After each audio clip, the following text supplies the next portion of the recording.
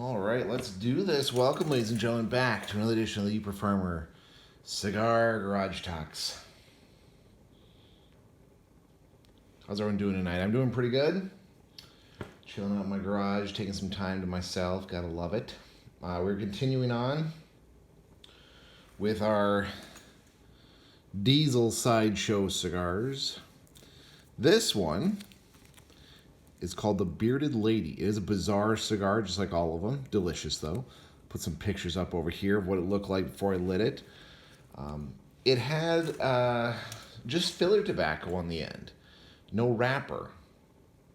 So it's like Connecticut filler, it looks like, but a nice Maduro wrapper. So very interesting light up. Just like the Two-Headed Nightingale. That light up was just amazing. The flavor coming off of that. And then to suddenly transition into the Maduro wrapper after just smoking kind of a milder filler. Tasty as hell. I'm big fan. So I did confirm. I looked at all the beers. I only buy beers for this channel like every other month. Because I buy 6 of them, it takes me 6 weeks to drink them, and then I buy the next one. I do have 4 barrel-aged beers left. So for the last 4 cigars, we're going to do, each one's going to be a barrel-aged. Vino of Darkness. Figured since we're doing the Smoke and the Bearded Lady, better do some wine. It's an Imperial Stout aged in a wine barrel. So again, I'm trying to see if I can learn to like barrel-aged. See if I can find a beer that I truly believe the barrel did it justice. I'm not holding out high hopes, though. I've only had 1 or 2 in my drinking career where a good barrel-aged beer, and even the one that was really good, dark beer, light head on it. Let's give her a taste here.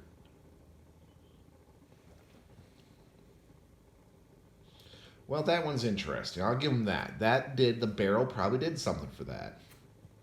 It definitely pulled the tannins of the wine out of the barrel. There's definitely a wine aftertaste, and it's very interesting. Okay. Good job was this Odd Side. I should have guessed. They did actually do some pretty good experimental beers. Good job, Odd Side. At least the barrel added something. Now, was that something needed? Probably not. And of course, the chocolate pudding bread. You gotta love it. So, what are we going to talk about tonight? For those of you who do follow me on Facebook, I posted today, before I posted my Uper Farmer video, I posted a quick video, inspirational video, from a teacher talking to a group of, I'm guessing, inner city students.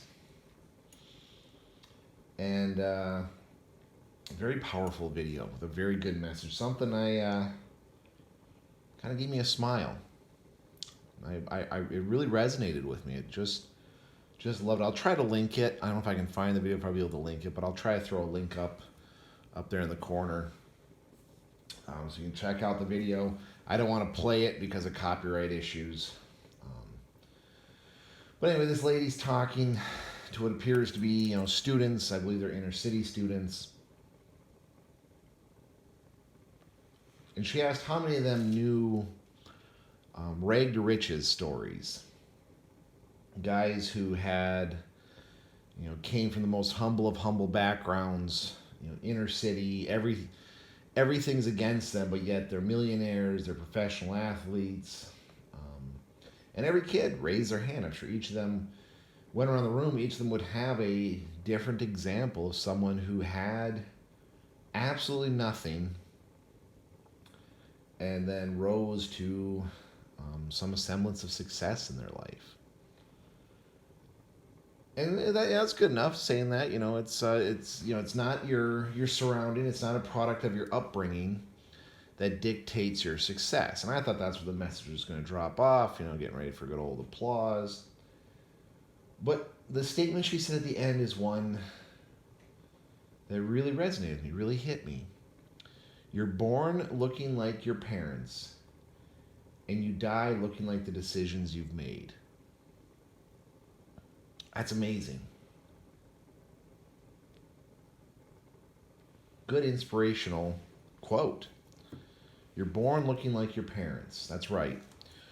Just after birth and when you're a kid, your parents, your family will have a lot of pull on you. But you don't die taking your family sins on you. You die looking like all the decisions you made in your life. It's one of the problems I have with some of this modern theory where they talk about someone who, grew up poor, maybe in inner city or a socially economic, low socioeconomic status neighborhood. We should just assume that they're going to do drugs, that they're going to steal. We should just be okay with that because they don't know any better. Well, of course they do.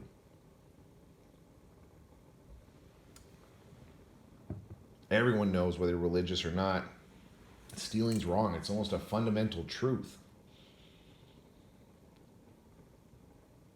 But to go in these communities and say, oh, it's okay if they do it, right? They don't know any better.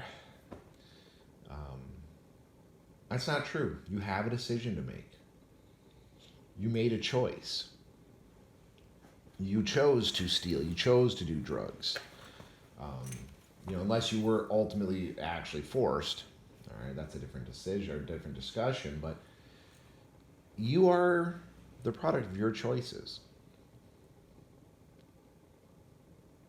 Will you decide to let your parents make your choices for you or emulate their choices is totally on you.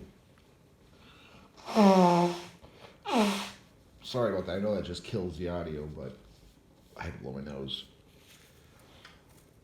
It's a powerful thing when you realize you're an adult. Some people never realize that. I've definitely seen that a lot in society where people are blaming situations, blaming their upbringing. Right? There was a priest giving a little presentation talking about how he was doing prison ministry. He's like, and prisoners would be like, well, I had a tough upbringing. He's like, you ask any American, they'll tell you that they had a rough upbringing. My parents, my dad was mean to me. Every person can say their dad's been mean to them.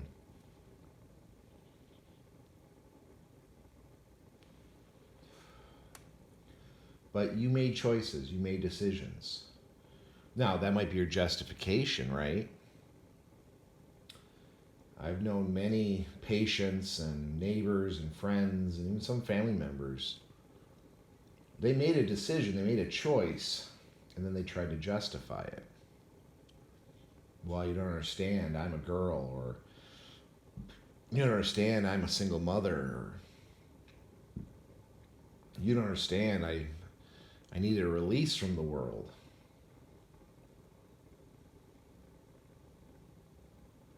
No, you made a choice. You're using those other excuses to justify that choice.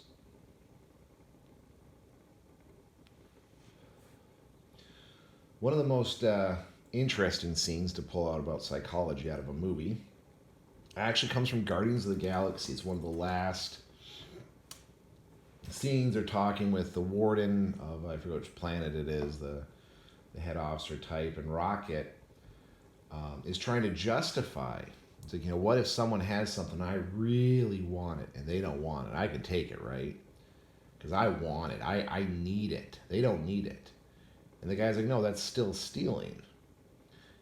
And Rocket's trying to convince him, well, no, you don't understand. I really want it. And this guy doesn't even want it. You know, if he knew how much I wanted, he might just give it to me. It's interesting. I saw that on the rig. I saw that actually in the community I was in. I had an old sink. I was going to make um, an outdoor wash table for washing out game and fish and some of the animals we slaughter. And this guy comes up to me. He's like, "I want that sink. I need that sink." And I just had it in my yard. It was, projects to do eventually type. And sure as shit, he stole it from me. And he tried to justify it to the police that, well, he needed it. Like, I didn't need it and I didn't want it. I just wouldn't give it to him, and he needed it. He still made a choice, right?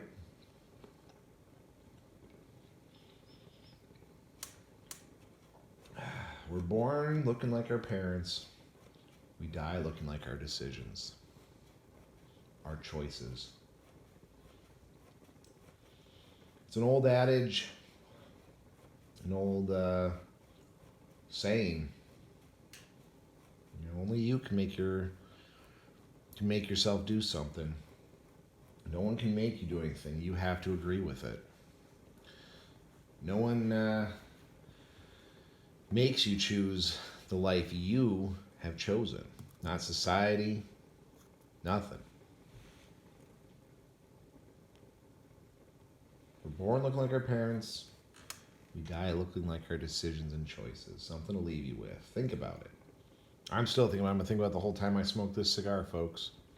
It's a very, very profound statement. But anyway, hope everyone's staying safe out there, and we'll see you on the next one.